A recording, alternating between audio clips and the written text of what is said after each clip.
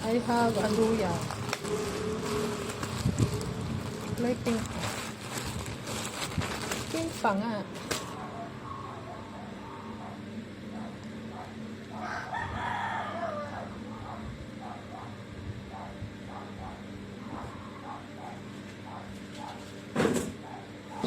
So, ayan, kaya benta akong duyan. Tingnan natin kung matibay ba siya. Hey! Gusto na nakatakot. Makatulog na ba ako?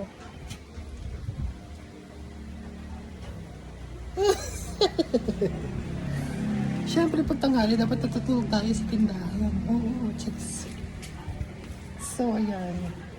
100 plus lang ng duyan, guys. Medyo manipis lang siya, pero okay na rin sa 100 plus na presyo. Ang mahalaga ay meron tayo may igipan habang walang tao. Uy, cheers. Bili na kayo.